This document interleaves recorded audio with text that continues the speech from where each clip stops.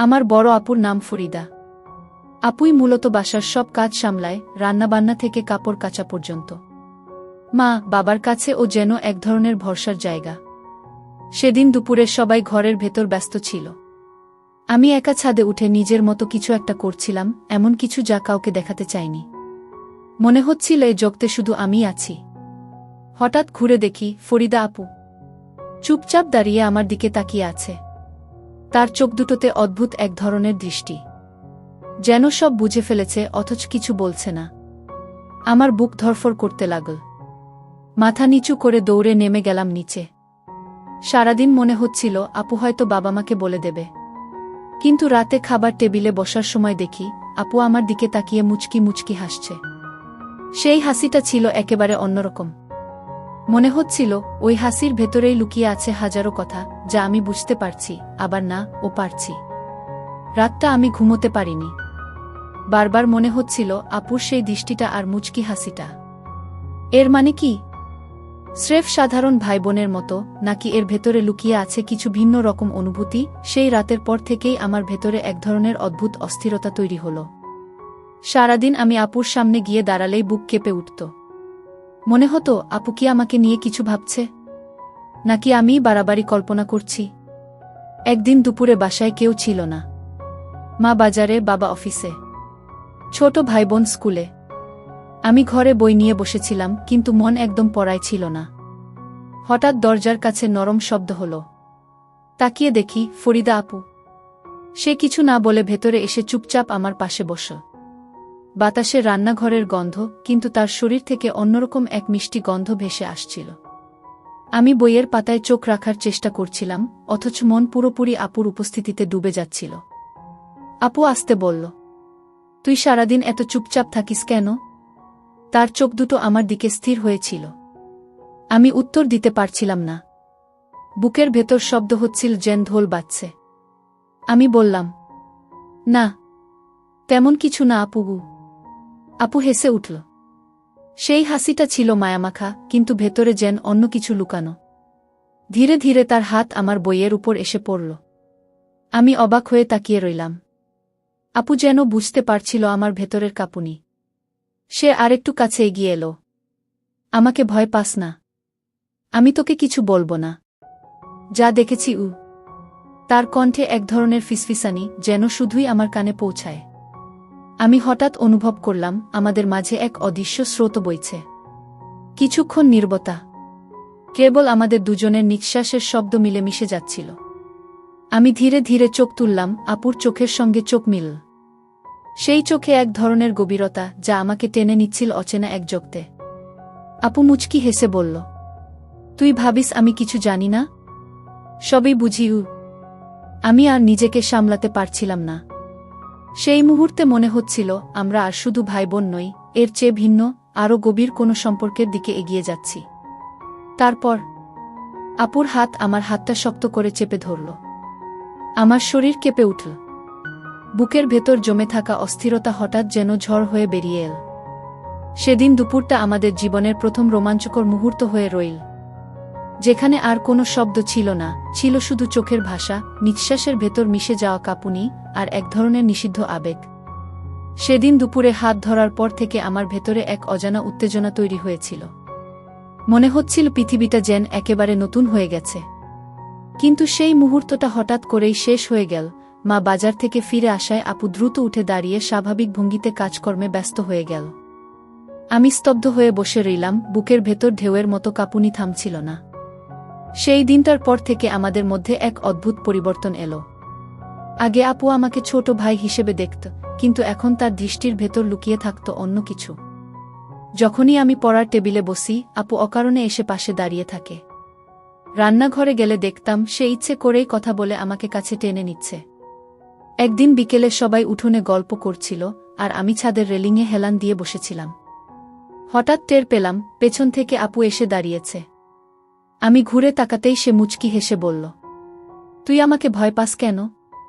আমি তোতলাতে তোতলাতে বললাম, না আপু, ভয় না। মানে কি? আপু ধীরে ধীরে এগিয়ে এসে একেবারে আমার কানের কাছে ফিসফিস করে বলল, তোর চোখে সব লেখা থাকে গু।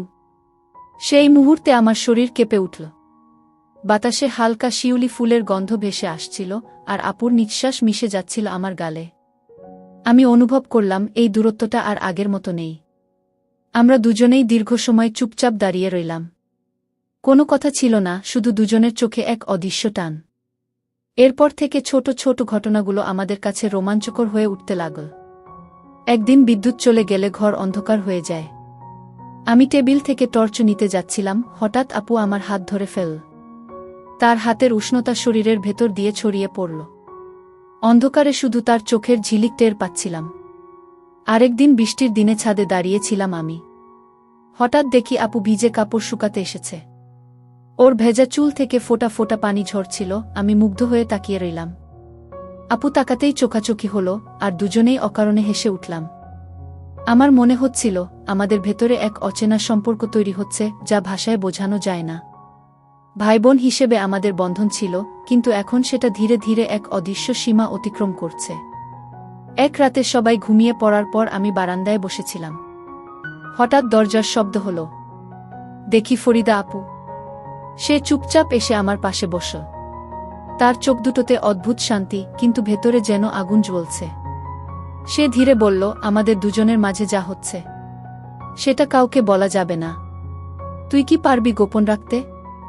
আমি কিছু বলতে পারছিলাম না, শুধু মাথা নিচু করে সম্মতি জানালাম। আর সেই মুহূর্তে আমাদের নীরব বোঝাপড়া জন্ম নিল। আমরা দুজনেই জানি এই সম্পর্ক আর শুধু ভাইবোনের সীমায় বাধা নেই, এর ভেতরে এক অদৃশ্য রোমান্স জন্ম নিচ্ছে। সেদিন রাতটা আমাদের জীবনের নতুন অধ্যায়ের শুরু হয়ে রইল। সেই রাতের পর থেকে আমাদের দুজনের মাঝের দূরত্বটা যেন একেবারেই মুছে গেল। আগে যেভাবে আপুর সামনে দাঁড়াতাম, লজ্জা পেতাম, এখন আর তেমনটা থাকত না। বরং মনে হতো আপুই আমাকে ইচ্ছে করে টেনে নিচ্ছে এক অজানা দিকের দিকে। দিন যত যাচ্ছিল আমাদের মাঝের বোঝাপড়া ততই গভীর হচ্ছিল। কিন্তু এর সঙ্গে সঙ্গে ভেতরে ভেতরে এক ধরনের ভয়ও কাজ করছিল। যদি কেউ টের পেয়ে যায়, যদি মা বা বাবা কোনোদিন বুঝে ফেলে। একদিন সন্ধ্যায় সবাই উঠোনে বসে গল্প করছিল। আমি একপাশে বসেছিলাম, আপু রান্নাঘর থেকে নাস্তা আনছিল। হঠাৎ আমাদের চোকাচোকি হলো। আপু একবার মুচকি হেসে তাকাল, তারপর চোখ নামিয়ে নিল। আমি বুঝতে পারলাম সেই হাসির ভেতরে অদ্ভুত এক গোপন বার্তা আছে। রাত নামতেই আমি ঘরে ঢুকলাম। জানালার পর্দা টেনে বসেছিলাম। হঠাৎ দরজার হালকা শব্দ হলো। আমি চমকে উঠলাম। দরজা খুলতেই দেখি ফরিদা আপু। সে খুব আস্তে ভেতরে ঢুকে দরজা বন্ধ করে দিল। তুই একা বসে আছিস কেন? আপু ফিসফিস করে বলল। আমি বললাম, ঘুম আসছিল না ঘি। আপু এসে আমার পাশে বসল। বাতাসে হালকা আতর আর শ্যাম্পুর গন্ধ। মুহূর্তেই পুরো ঘর যেন বদলে গেল। সে ধীরে ধীরে আমার হাতটা নিজের হাতে নিয়ে বলল, তুই আমার চোখের দিকে তাকাস না কেন? আমি সাহস করে তাকালাম। তার চোখে এমন এক গভীরতা যা আমার বুক কাঁপিয়ে দিল। মনে হচ্ছিল সেই চোখে আমি ডুবে যাচ্ছি। আপুর ঠোঁটের কোণে হালকা হাসি ফুটল। তারপর ধীরে ধীরে সে আমার কাঁধে মাথা রাখল। আমার নিঃশ্বাস বন্ধ হয়ে আসছিল। চারপাশে যেন পৃথিবী নেই, শুধু আমরা দুজন। সে ফিসফিস করে বলল, আমাদের সম্পর্কটা কেউ বুঝতে পারবে না, তবে আমরা জানি এই অনুভূতি সত্যি গি। আমি কেঁপে উঠলাম। মনে হচ্ছিল আপুর প্রতিটি শব্দ আমার বুকের ভেতরে ঢেউ তুলছে। কিছুক্ষণ পর আপু মাথা তুলে আমার দিকে তাকাল। তার চোখে এক অদৃশ্য টান যা আমাকে কাছে টেনে আনছিল। মুহূর্তটা যেন থেমে গেল। আমরা দুজনেই নীরবে একে অপরের খুব কাছে চলে এলাম। ঠিক তখনই বাইরের দরজা জোরে বন্ধ হওয়ার শব্দ হলো। বাবা ফিরে এসেছে। আমরা দুজনেই চমকে উঠলাম। আপু তাড়াতাড়ি উঠে দাঁড়িয়ে বলল, কিছু হয়নি, মনে রাখিস কাউকে যেন টের না পায়। সে দ্রুত ঘর থেকে বের হয়ে গেল। আমি একা বসে রইলাম, বুক ধরফর করছে। মনে হচ্ছিল আমরা যে পথে এগোচ্ছি সেটা আর থামানো যাবে না। কিন্তু সেই পথ ভয়ঙ্করও বটে। সেই রাতটা আমার জীবনের সবচেয়ে অস্থির রাত ছিল। আমি বুঝে গেলাম আমাদের সম্পর্ক আর ভাইবোনের সীমায় নেই। এটা আস্তে আস্তে রোমান্টিক বাঁধনে জড়িয়ে যাচ্ছে। আর সেই বাঁধন যতই লুকানো থাকুক, একদিন না একদিন আমাদের পুরোপুরি গ্রাস করবে। বাবার হঠাৎ দরজার শব্দে সেদিন রাতটা শেষ হয়ে গেলেও আমাদের ভেতরের আগুন একেবারেই নিভল না। বরং দিন যত যাচ্ছিল সেই আগুন যেন আরও ছড়িয়ে পড়ছিল। পরদিন সকালে সবাই যখন ব্যস্ত, আমি চুপচাপ বারান্দায় দাঁড়িয়েছিলাম। হঠাৎ দেখলাম ফরিদা আপু কাপড় মেলতে এসেছে। সূর্যের আলোয় তার মুখে অদ্ভুত একটা লাবণ্য ঝলমল করছিল। আমি অন্যমনস্ক হয়ে তাকিয়ে আছি, হঠাৎ আপুর চোখ আমার চোখের সঙ্গে আটকে গেল। সে মুচকি হেসে ধীরে বলল, এভাবে তাকিয়ে থাকিস কেন? আমি তোতলালাম। না মানে কিছু না গি। আপু কাছে এসে বলল, তোর চোখ সব বলে দেয়, লুকানোর চেষ্টা করিস না গি। সেই মুহূর্তে আমি অনুভব করলাম আমাদের মাঝে আর কোনো দেয়াল নেই। সেদিন দুপুরে সবাই ঘুমাচ্ছিল। গরম হাওয়া বইছিল, চারপাশ নিস্তব্ধ। আমি পড়ার টেবিলে বসে থাকার ভান করছিলাম, অথচ বুকের ভেতর শুধু আপুর চিন্তাই ঘুরছিল। হঠাৎ দরজার কপাট হালকা কোকিয়ে উঠল। আমি ঘুরে দেখি, আবারও ফরিদা আপু। সে আস্তে দরজা বন্ধ করে ভেতরে ঢুকল। চোখে মুখে কেমন এক রহস্যময় ভঙ্গি। পড়াশোনা বাদ দে, আমার সঙ্গে চল। আমি অবাক হয়ে তাকালাম। কোথায়? ছাদে। আমি কিছু না বলে উঠে দাঁড়ালাম। আমরা দুজন নিঃশব্দে সিঁড়ি ভেঙে ছাদে উঠলাম। চারপাশে কেবল রোদের আলো আর হালকা বাতাস। আপু এসে রেলিংয়ের পাশে দাঁড়াল। বাতাসে তার চুল উড়ছিল। আমি মুগ্ধ হয়ে তাকিয়েছিলাম। হঠাৎ আপু ফিরে আমার দিকে তাকাল। সেই দৃষ্টিতে যেন অদৃশ্য এক টান ছিল। সে আস্তে এগিয়ে এসে আমার হাতটা নিজের হাতে নিল। আমার শরীর কেঁপে উঠল। ভয় পাস না, আমি তোর গু। এই শব্দগুলো আমার বুকের ভেতরে ঝড় তুলল।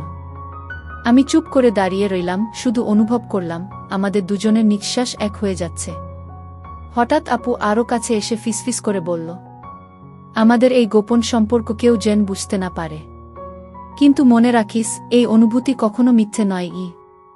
তার চোখের ভেতর এত গভীর টান ছিল যে আমি আর তাকাতে পারছিলাম না। মাথা নিচু করতেই আপু আমার কাঁধে আলতো হাত রাখল। সেই ছোঁয়া আমাকে কাঁপিয়ে দিব। আমরা যখন ছাদে দাঁড়িয়ে, ঠিক তখনই হঠাৎ নিচ থেকে মায়ের ডাক ভেসে এল, ফরিদা, কোথায় গেলি? আমরা দুজনই চমকে উঠলাম। আপু দ্রুত আমার হাত ছাড়ল, চোখের ইশারায় বল, কিছু বলিস না গি। তারপর সিঁড়ি দিয়ে নেমে গেল, যেন কিছুই হয়নি। আমি একা দাঁড়িয়ে থাকলাম ছাদের রেলিং ধরে। বুকের ভেতর ধুকপুকানি থামছিল না। মনে হচ্ছিল আমরা যতই গোপন রাখতে চাই, এই সম্পর্কটা ধীরে ধীরে এমন জায়গায় যাচ্ছে যেখান থেকে আর ফেরা যাব। সেদিন রাতে আমি আবার বারান্দায় বসেছিলাম। হঠাৎ পেছনে হালকা শব্দ হলো। ঘুরে দেখি ফরিদা আপু দাঁড়িয়ে আছে। সে আস্তে এসে বলল, আজ সারাদিন তোকে না দেখে থাকতে পারলাম না গি। আমার বুকের ভেতর কেমন করে উঠল। আপু কাছে এসে বলল, প্রতিশ্রুতি দে, তুই কখনো আমাকে ছাড়বি না গি। আমি এক মুহূর্তও দেরি করিনি। মাথা নাড়িয়ে বললাম, কখনো না গি। আপুর চোখ ঝিলমিল করে উঠল। সে আস্তে আমার হাতের আঙুলগুলো জড়িয়ে ধরল। সেই মুহূর্তে মনে হচ্ছিল আমরা পৃথিবীর সব নিয়ম ভেঙে এক অজানা জগতে ঢুকে পড়েছি। আর সেদিন রাতেই আমাদের সম্পর্কটা শুধু রোমাঞ্চ নয়, গভীর আবেগের বাঁধনে বেঁধে গেল। সেদিন রাতের প্রতিশ্রুতির পর থেকে আমাদের ভেতরে এক অদ্ভুত শান্তি নেমে এলো। মনে হচ্ছিল আমরা দুজনেই বুঝে গেছি, এ পথ থেকে আর ফেরার কোনো উপায় নেই। কিন্তু সেই শান্তির আড়ালে লুকিয়েছিল ভয়। ভয়, যদি কেউ টের পেয়ে যায়। পরদিন সকালে আমি পড়ার ভান করে টেবিলে বসেছিলাম। বইয়ের পাতায় চোখ রাখলেও মন ছিল একেবারে অস্থির। বারবার মনে হচ্ছিল, গত রাতের প্রতিশ্রুতিটা কি সত্যিই রাখা সম্ভব? ঠিক তখনই দরজার পাশে হালকা শব্দ হলো। আমি তাকিয়ে দেখি ফরিদা আপু। সে হেসে ভেতরে ঢুকল, হাতে এক কাপ চা আমার টেবিলে রেখে বলল, পড়াশোনায় মন নেই তাই না? আমি অবাক হয়ে তাকালাম। আপুর চোখ দুটো যেন আমার মনের ভেতরটা পড়ে ফেলছে। তুই আমার চোখ থেকে কিছু লুকাতে পারবি না ঘে। তারপর সে চুপচাপ আমার পাশে বসে পড়ল। চায়ের কাপ থেকে ধোঁয়া উঠছিল, আর তার হাত আলতোভাবে আমার হাত ছুঁয়ে গেল। সেই ছোঁয়া আমাকে পুরো শরীর কাঁপিয়ে দিল। সেদিন দুপুরে মা বাবা ঘুমাচ্ছিলেন। ছোটরা স্কুল থেকে ফিরেছে, খেলতে গেছে উঠোনে। বাড়ি জুড়ে এক ধরনের নিস্তব্ধতা। আমি বারান্দায় দাঁড়িয়েছিলাম, হঠাৎ আপু এসে পাশে দাঁড়াল। তার কাঁধ আমার কাঁধে ছুঁয়ে গেল। বুকের ভেতর ধকধকানি শুরু হলো। সে ধীরে ধীরে বলল, তোকে ছাড়া আমার এখন এক মুহূর্ত ভালো লাগে না। আমি কিছু বলতে পারছিলাম না, শুধু তার দিকে তাকিয়ে রইলাম। হঠাৎ আপু আমার হাত ধরে টেনে ভেতরের ঘরে নিয়ে গেল। দরজা ভেজিয়ে দিয়ে বলল, এখানে কেউ আসবে না। আমার বুক ধড়ফড় করছিল। আপু সামনে দাঁড়িয়ে চোখের দিকে তাকাল। তার দৃষ্টিতে অদৃশ্য আগুন। ধীরে ধীরে সে আমার কাছে এগিয়ে এলো। আমি নিঃশ্বাস ফেলতে ভুলে যাচ্ছিলাম। হঠাৎ করেই দরজার বাইরে থেকে ছোট ভাইয়ের ডাক শোনা গেল। আপু, মা ডাকছে। আমরা দুজনেই চমকে উঠলাম। আপু দ্রুত আমার হাত ছাড়ল, যেন কিছু হয়নি এমন ভান করে বাইরে চলে গেল। আমি একা বসে রইলাম, বুক ধুকপুক করছে। মনে হচ্ছিল আমরা ধরা পড়ে যাচ্ছিলাম অল্পের জন্যই। সেদিন রাতে আমি বারান্দায় বসে আকাশের দিকে তাকিয়েছিলাম। মনে হচ্ছিল এই গোপন বাঁধন একসময় আমাদের ধরা খাওয়াবে। কিন্তু ভেতরের টান এত প্রবল যে দূরে সরে যাওয়া অসম্ভব। ঠিক তখনই পেছনে হালকা শব্দ হল। ঘুরে দেখি, আবার ফরিদা আপু। সে আস্তে এসে আমার পাশে বসল, তারপর বলল, আজকে খুব ভয় পেয়েছিলাম। যদি সত্যি কেউ টের পেত। আমি চুপ করে রইলাম। কিছু বলার ভাষা ছিল না। আপু ধীরে ধীরে আমার হাত ধরল। যাই হোক না কেন, আমি তোর কাছ থেকে দূরে যেতে পারব না গে। তার চোখে জল চিকচিক করছিল। আমি অবাক হয়ে তাকালাম। জীবনে প্রথমবার দেখলাম আপু এতটা ভেঙে পড়েছে। আমি আস্তে বললাম, আমিও না গে। আমাদের দুজনের আঙুল শক্ত করে জড়িয়ে রইল। চারপাশে অন্ধকার, নিস্তব্ধতা, শুধু আমাদের নিঃশ্বাসের শব্দ। মনে হচ্ছিল এই নীরব রাতই আমাদের সাক্ষী হয়ে থাকবে। কিন্তু যতই প্রতিশ্রুতি দিই, মনের ভেতরে ভয়টা যেন আরও বেড়ে যাচ্ছিল। আমরা দুজনেই বুঝতে পারছিলাম এই সম্পর্ক সাধারণ নয়। এটা যদি কখনো ফাঁস হয়ে যায়, পুরো পরিবার ভেঙে যাবে। তবুও আমাদের পা যেন থামছিল না। আমরা যতটা চাচ্ছিলাম দূরে থাকতে, ঠিক ততটাই কাছে টেনে আনছিল ভাগ্য। সেই রাতে আমি ঘুমোতে পারিনি। জানালা দিয়ে তাকিয়েছিলাম আকাশের দিকে, আর মনে হচ্ছিল এ সম্পর্কটা এখন শুধু রোমাঞ্চ নয়, এটা আমাদের দুজনের জীবন বদলে দেওয়ার মতো কিছু হয়ে উঠছে। সেই রাতে বারান্দায় বসে থাকা অবস্থাতেই ফরিদা আপু আমার হাত ধরেছিল শক্ত করে। আমরা দুজনেই জানতাম এই অনুভূতি লুকানো যাবে না, আবার প্রকাশও করা যাবে না। আপু আস্তে বলল, আমরা একে অপরের কাছে সবকিছু হয়ে গেছি। তুই আমার ছোট ভাই হয়েও আমার জীবনের সবচেয়ে কাছের মানুষ। আমি চোখ নামিয়ে ফেললাম। বুকের ভেতরে ঢেউ উঠছিল। এটা কি ভুল আপু? সে মৃদু হেসে আমার চিবুক তুলে দিল। ভালোবাসা কখনো ভুল হয় না, শুধু সমাজ তাকে ভুল বলে গি। তার কথাগুলো আমার ভেতরে কাঁপন তুলল। মনে হচ্ছিল আমরা দুজনেই সবকিছু জেনে শুনেই এগোচ্ছি। যেখানে ভয় আছে, তবুও আছে এক অদ্ভুত শান্তি। রাতের আকাশে তারার ঝিলিক, চারপাশে নিস্তব্ধতা। আমরা দুজনেই বসে রইলাম, চোখে চোখ রেখে। কোনো শব্দ ছিল না, শুধু মনের গভীর থেকে উঠে আসা স্বীকারোক্তি। আমরা আর শুধু ভাই বোন নই, আমরা একে অপরের অপ্রকাশিত ভালোবাসা। সেদিন রাতেই আমাদের গল্পের শেষ হল। কিন্তু সেই শেষ মানে সমাপ্তি নয়, বরং এক নতুন যাত্রার শুরু, যেখানে সমাজ আমাদের বুঝবে না, কিন্তু আমরা জানি আমাদের হৃদয় একে অপরের জন্যই ধুকপুক করে।